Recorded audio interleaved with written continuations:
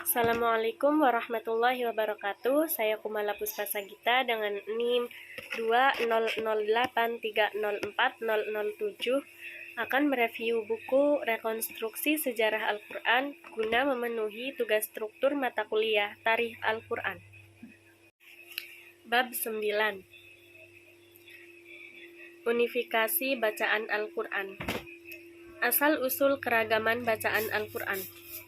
Dalam pembahasan sebelumnya telah dikemukakan bahwa salah satu sebab yang melatar belakangi munculnya keragaman bacaan Al-Quran adalah ketidaksempurnaan aksara Arab yang tidak memiliki tanda-tanda vokal dan titik-titik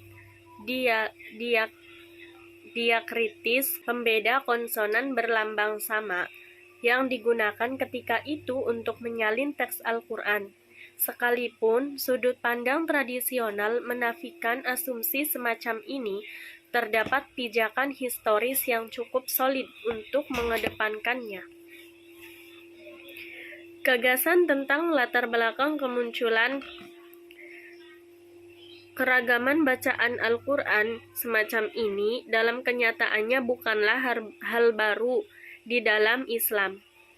Sebagaimana dikemukakan, Al-Jazairi Ibnu Abi Hashim pernah mengungkapkan pandangan bahwa sebab terjadinya perbedaan bacaan dalam tradisi qiraah 7 dan tradisi bacaan di luarnya adalah bahwa di kawasan-kawasan utama Islam yang memperoleh kiriman salinan mushaf Utsmani telah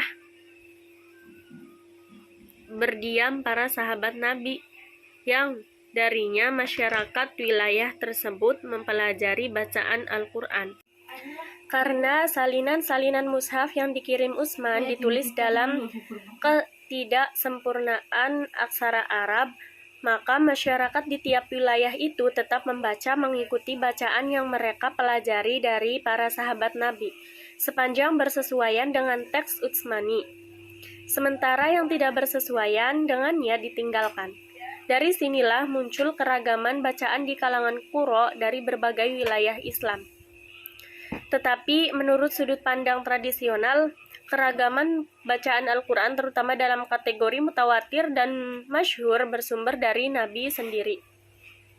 Demikian pula diriwayatkan bahwa Ubay bin Ka'ab suatu ketika mendengar seseorang di dalam sebuah masjid membaca suatu bacaan Al-Quran yang tidak dikenalnya. Ubay menegurnya, tetapi orang lain setelah itu juga melakukan hal yang sama. Mereka kemudian pergi menemui Rasulullah untuk mengklarifikasi bacaan-bacaan yang berbeda. Dan Rasulullah pun membenarkan bacaan-bacaan itu. Hal ini tentunya membuat Ubay terpukul serta berkeringat dingin dan mencemaskan dirinya sebagai seorang pembohong.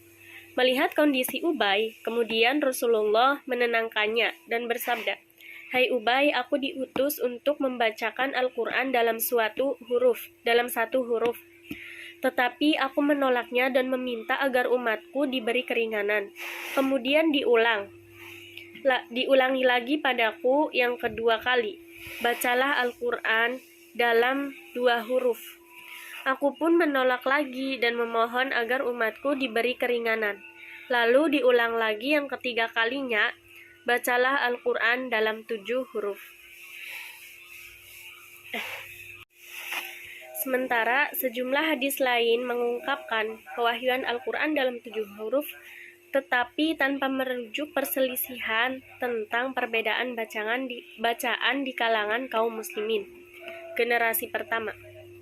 Jadi Bukhari dan Muslim misalnya meriwayatkan dari Ibnu Abbas yang berkata bahwa Nabi pernah bersabda, "Jibril membaca Al-Quran kepadaku dalam 1 huruf, tetapi aku menolaknya dan aku terus memohon kepadanya agar ditambahkan, maka dia menambahkannya hingga akhirnya mencapai 7 huruf." Unifikasi bacaan Al-Quran. Upaya standarisasi teks Al-Quran pada masa Utsman dalam kenyataannya juga mengarah pada unifikasi bacaan Al-Quran. Dengan eksisnya teks yang relatif seragam, Pembaca Al-Quran yang dipijakkan pada teks tersebut tentunya akan meminimalkan keragaman. Tetapi lantaran aksara yang digunakan ketika itu untuk menyalin mushaf Utsmani, yaitu ketidaksempurnaan dalam aksara Arab belum mencapai tingkatan yang sempurna.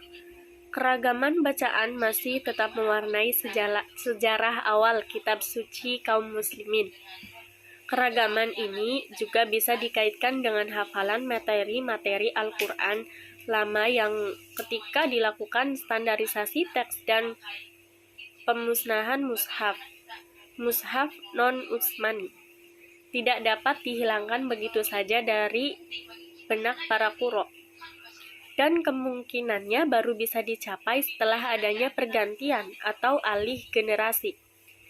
Upaya Utsman dalam menciptakan keragaman teks dengan jalan standarisasi dan pemusnahan mushaf non-Utsmani dilanjut dengan Al-Hajjaj ibnu Yusuf As-Saqfi yang wafat pada tahun 714.